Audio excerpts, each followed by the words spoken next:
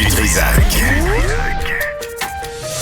Des propos cohérents. Des opinions différentes. Vous écoutez Du Trisac. Je ne sais pas si vous vous souvenez de Phil Chou, qui est un citoyen du quartier chinois, qui est un papa avec sa petite fille, avec sa conjointe. À un moment donné, il y avait un type qui s'est fait poignarder devant cette petite famille sur la place des spectacles, là, devant la place des Arts. Puis là, on s'était parlé, Phil Chou et moi, puis là, il y avait des remises en question sur l'état du quartier chinois, la sécurité. Il racontait comment il amenait sa petite fille, il changeait d'itinéraire chaque matin pour pas croiser toujours les mêmes itinérants, les mêmes vendeurs de drogue, les mêmes prostituées en direction de la garderie de Petit Palais. Et, tu sais, ces enfants-là voyaient des affaires que...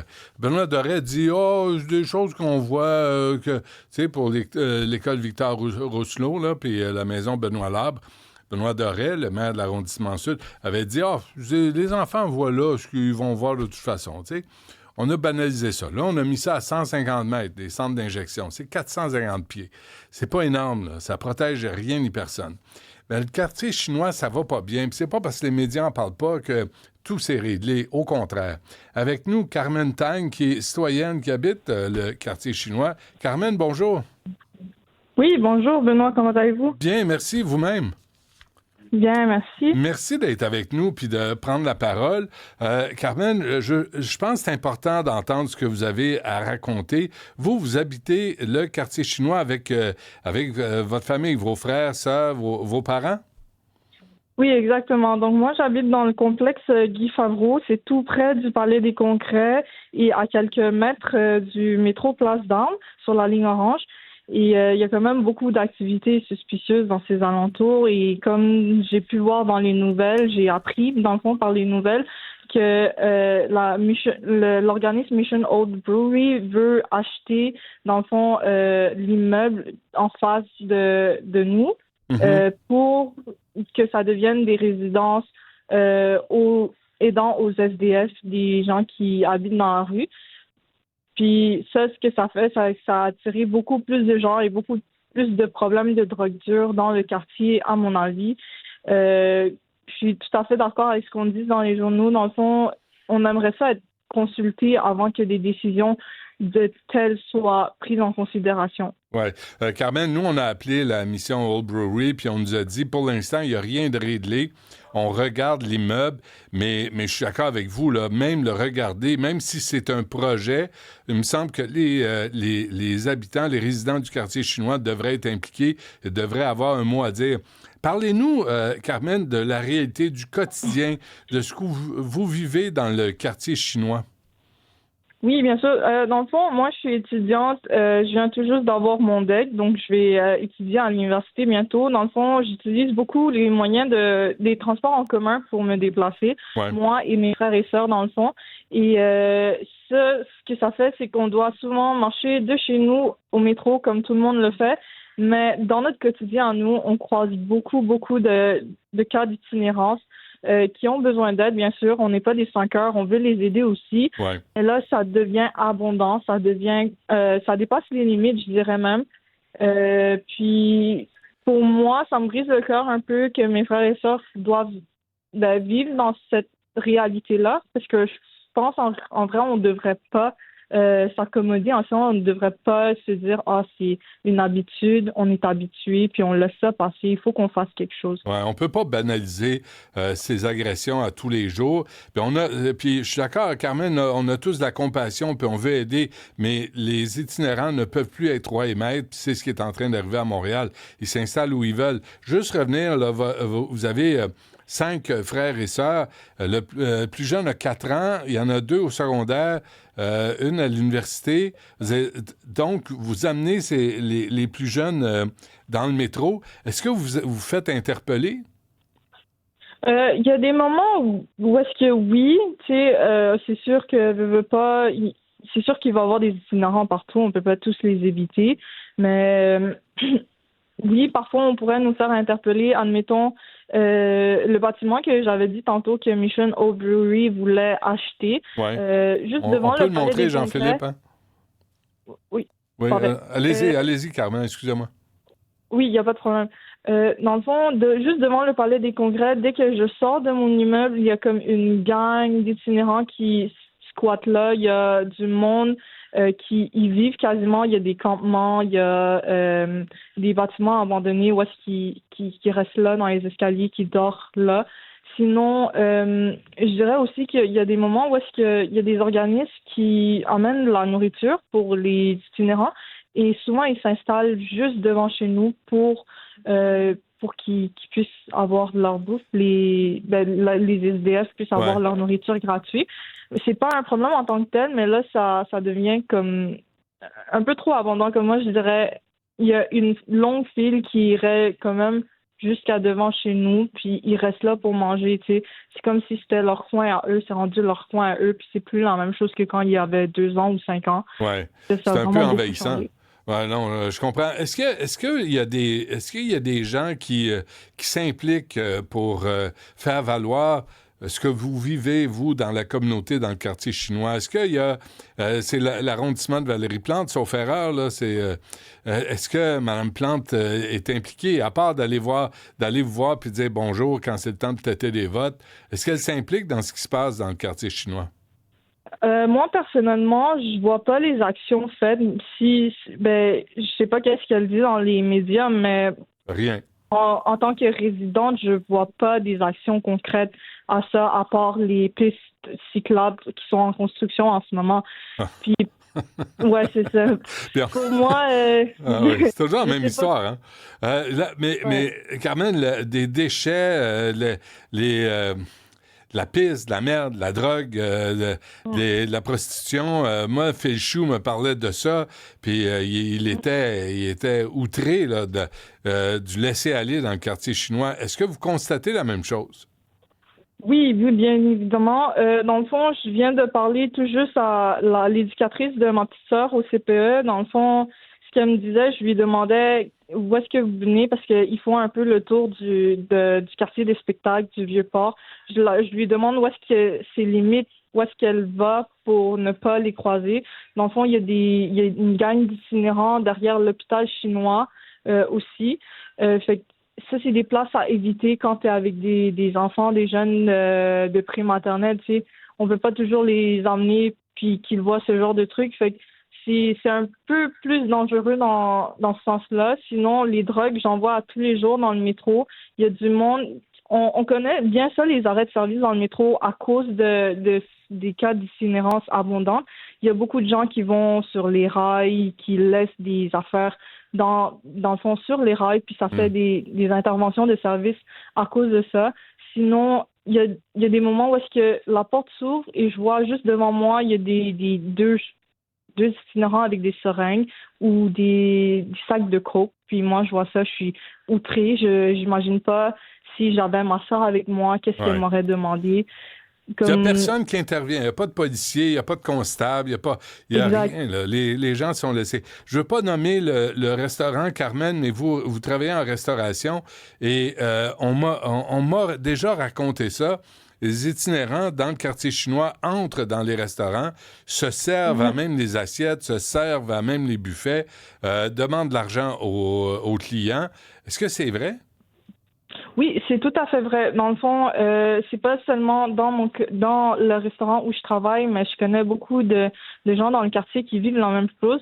C'est des clients qui vont rentrer, qui vont demander de l'argent aux clients pendant qu'ils mangent.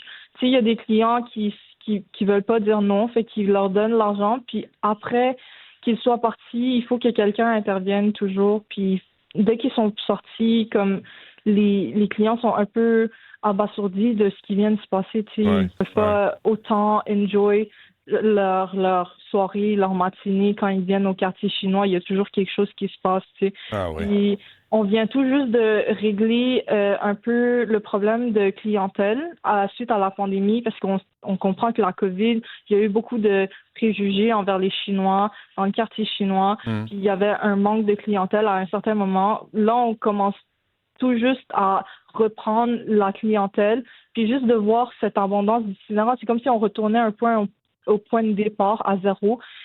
Puis pour moi, c'est comme ça brise un peu le cœur de voir le quartier se détérioriser comme ça. Oui, parce que là, j'imagine que vous perdez des clients. Si je vais dans un restaurant dans le quartier chinois, puis on a cette expérience-là, je suis désolé, mais on n'y retournera pas. Exact, ouais. Ah oui, c'est pas des... Carmen, je vais vous poser la question qui est, je pense, l'éléphant dans la pièce, là. Si le quartier chinois dépérit, comme vous le racontez, comme Phil Chou l'a raconté, comme la garderie Le Petit Palais l'a raconté, comme les gens qui y vivent le racontent, est-ce que c'est simplement par racisme? Puis vous autres, on vous demandez rien, vous vous plaignez jamais, vous êtes jamais en train de crier au racisme systémique, mais moi, je pense que fondamentalement, vous en vivez à tous les jours. En vrai, pour être honnête avec vous, je suis tout à fait d'accord avec ça. Moi, comme si j'avais à donner un exemple concret, vous avez sûrement déjà entendu parler du campement Notre-Dame qui a été démantelé il y a récemment, il y a 1 an ou il y a quelques mois, je me souviens plus trop. Ça, là, oui, c'est bien dans un sens parce que la vie n'est plus la même quand il y a des itinérants qui habitent tout près de ta cour, tu sais. Puis pour nous, de se plaindre de ça, c'est comme s'il n'y avait pas d'action, mais sur la rue Notre-Dame, il y a eu des actions. Fait que pour moi, je suis comme un peu, comment dire, je comprends pas trop le raisonnement derrière ça. Je comprends pas trop pourquoi il y a des actions par rapport à ça, mais pas chez nous, tu sais. Vous verrez pas ce genre de truc peut-être dans la petite Italie ou dans le quartier portugais. Vous venez juste voir ça au quartier chinois, tu sais. Ouais.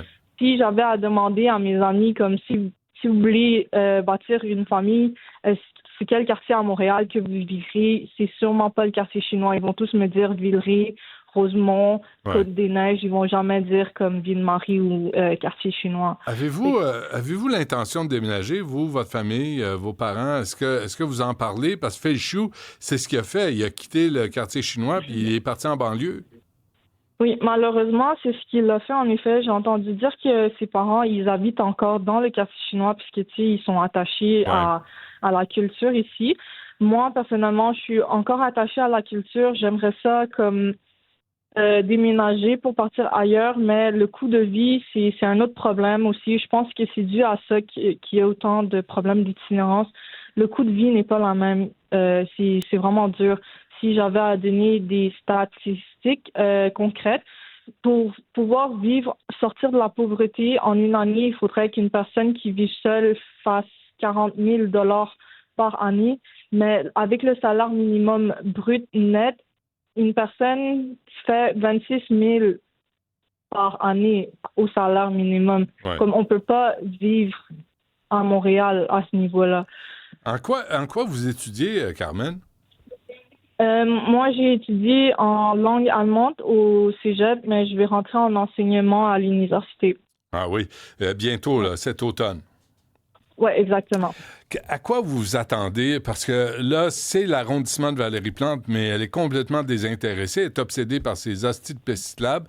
Le quartier chinois se dépérit. Moi, je n'y vais plus. J'y allais souvent, je n'y vais plus. Vous le racontez, tout le monde le raconte. La police fait quoi? Est-ce que la police s'implique? Justement, c'est ça l'affaire. Il y a eu un moment donné dans l'année dernière ou il y a 2 ans, où est-ce que j'appelais beaucoup, beaucoup la police. Et c'est pas normal à mon âge, j'avais 19, 18, d'appeler la police autant de fois pour le resto, pour ma résidence et pour des événements que je vois dans la rue. Pour moi, c'est comme, j'ai appelé tellement souvent. Mais les policiers, c'est pas une urgence pour eux, tu sais, parce qu'il y a des priorités. Je comprends, il y a des violences conjugales ou des agressions, ça c'est prioritaire. Mais le fait qu'on voit pas nécessairement les actions concrètes, rapides, c'est comme si on était délaissés, c'est comme si on n'était pas priorisé. Fait que pour moi, juste de voir ça, ça m'attriste beaucoup. J'ai dû aller chercher de l'aide ailleurs. Il y a un organisme d'intervention qui, eux, ils sont formés pour aller parler aux gens qui vivent dans la rue. Ils sont beaucoup plus rapides que les policiers, mais tu sais, c'est des solutions temporaires, c'est pas permanent. Mm-hmm. Ils peuvent revenir dans ce qu'ils veulent. Ouais. Avez-vous eu peur? Peur de? de ce que vous vivez, de l'environnement, de marcher dans la rue le soir, de ne pas être sûr de changer de trottoir. Est-ce que c'est présent dans le quartier chinois? Oui, c'est vraiment présent. Moi, à un moment donné, il y a 2 ans, en hiver, il y a des itinérants qui ont forcé la porte de mon immeuble pour aller squatter dans les escaliers. Je sais pas qu'est-ce qu'ils faisaient dans les escaliers, mais c'était comme... Je devais prendre... dans le fond, je devais passer à l'action puis aller les parler tellement les policiers ne pouvaient pas être là. Attends, ils me disent souvent au téléphone, ne mettez-vous pas en danger, mais pour moi, c'est comme j'ai des frères et sœurs à protéger, je dois passer à l'action, il faut que j'aille leur parler. Je peux pas les laisser, je peux pas faire l'aveugle et les laisser faire ce qu'ils veulent. Ouais. Vous manquez de porte-parole dans les médias, de porte-parole en politique, de porte-parole pour faire valoir les droits des résidents du quartier chinois. Carmen Tang, vous êtes une jeune femme extraordinaire. Je suis vraiment content de vous avoir parlé. Je suis vraiment malheureux de ce que vous vivez au quotidien. Et l'état des choses à Montréal, c'est terrible à voir. Là. Le laisser-aller pour les résidents du quartier chinois, pour les familles, pour les enfants, pour les travailleurs. Et malheureusement, Valérie Plante, ça ne l'intéresse pas. Le SPVM n'est pas capable de vous protéger. Puis, de toute évidence, les itinérants sont rois et maîtres partout où ils s'installent. Et là, Old Brewery va acheter le bâtiment près du Palais des Congrès. C'est sur votre rue, puis c'est piétonnier, votre rue, là. Exactement. Ça va être l'enfer. Si ça se fait, ça va être l'enfer. Et là, ça sera pas vivable. Vous allez vous sentir envahi ou menacé à tous les jours. Exact, ouais. Écoutez, Carmen, merci de nous avoir parlé. J'espère qu'on va entendre cette entrevue. J'espère qu'il y a des gens en poste de décision qui vont agir pour le bien commun.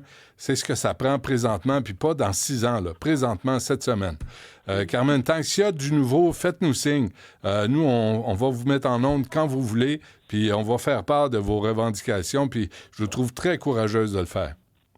Parfait. Merci beaucoup et merci de m'avoir donné la parole, dans le fond, qui puisse porter assez loin pour qu'ils aient des actions. Souhaitons-le. Oui, souhaitons-le. Merci beaucoup, Benoît. Merci. Lâchez pas. Bonne journée.